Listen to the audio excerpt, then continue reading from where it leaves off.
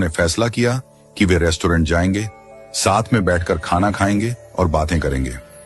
वे एक छोटे से रेस्टोरेंट में गए, खाना ऑर्डर किया और हंसी मजाक के साथ अपनी दोस्ती के लम्हों का आनंद लेने लगे। बातों बातों में उन्होंने एक निर्णय लिया। आज के बाद वे ठीक 40 साल बाद इसी जगह मिलेंगे। वे तब तक अपने अपने करियर में व्यस्त रहेंगे और सफलता हासिल करेंगे। शर्त यह थी कि जो सबसे देर से पहुंचेगा वही पूरे खाने का बिल चुकाएगा। समय बीतता गया। चारों दोस्त अपनी अपनी जिंदगी में आगे बढ़ गए।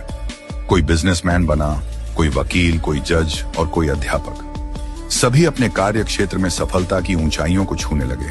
40 साल बाद अब वह छोटा सा रेस्टोरेंट एक भव्य 5 स्टार होटल बन चुका था और वहां काम करने वाला एक साधारण वेटर अब उस होटल का मालिक बन चुका था। वह भी उस दिन का इंतजार कर रहा था। समय आया और पहले एक दोस्त पहुंचा, फिर दूसरा, फिर तीसरा। वे एक दूसरे से मिलकर बेहद खुश हुए, लेकिन चौथा दोस्त अभी तक नहीं आया था। थोड़ी देर बाद होटल के रिसेप्शन पर फोन आया। होटल मालिक ने फोन उठाया और कहा, आपके चौथे मित्र ने कहा है कि आप लोग खाना शुरू कर दीजिए, वह बस आने ही वाले हैं। तीनों ने सोचा कि शायद वह किसी काम में फंस गया होगा और सबसे देर से आने वाला वही होगा। उन्होंने भोजन किया, पुरानी यादें ताजा की, अपनी अपनी जिंदगी के अनुभव बांटे। काफी देर बीत गई, लेकिन चौथा दोस्त नहीं आया।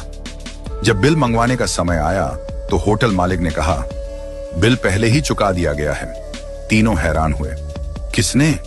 होटल मालिक ने जवाब दिया, आपके मित्र ने। थोड़ी देर बाद जब वे जाने लगे तभी होटल के बाहर एक सरकारी गाड़ी आकर रुकी। गाड़ी से शहर के कलेक्टर उतरे। कलेक्टर ने तीनों दोस्तों के पैर छुए और कहा, अंकल नमस्ते। तीनों हैरान रह गए। ये कौन है और हमारे पैर क्यों छू रहा है? कलेक्टर ने नम आंखों से कहा, मैं आपके चौथे मित्र का बेटा हूं। तीनों अवाक रह गए। कलेक्टर ने बताया, मेरे पिता ने आप सबसे मिलने का सपना देखा था। वे बचपन से ही इस दिन का इंतजार कर रहे थे, लेकिन 2 महीने पहले कैंसर से उनका निधन हो गया। मरने से पहले उन्होंने मुझसे कहा था कि अगर मैं उस दिन जीवित न रहूं तो तुम मेरी जगह वहां जाना। उन्होंने कहा था, मैं सबसे ज्यादा देर से आऊंगा, इसलिए बिल भी मैं ही चुकाऊंगा। ये सुनकर तीनों दोस्तों की आंखें भर आईं। तीनों दोस्तों को अपने मित्र की मृत्यु का गहरा दुख हुआ, लेकिन उससे भी ज्यादा दुख इस बात का था कि 40 साल तक वे एक दूसरे से नहीं मिले। क्यों इतनी जिद की कि 40 साल इंतजार करना पड़ा? क्या फायदा ऐसी शर्त का जो दोस्ती से ज्यादा महत्वपूर्ण हो गई? आज हम भी अपनी जिंदगी में यही गलती कर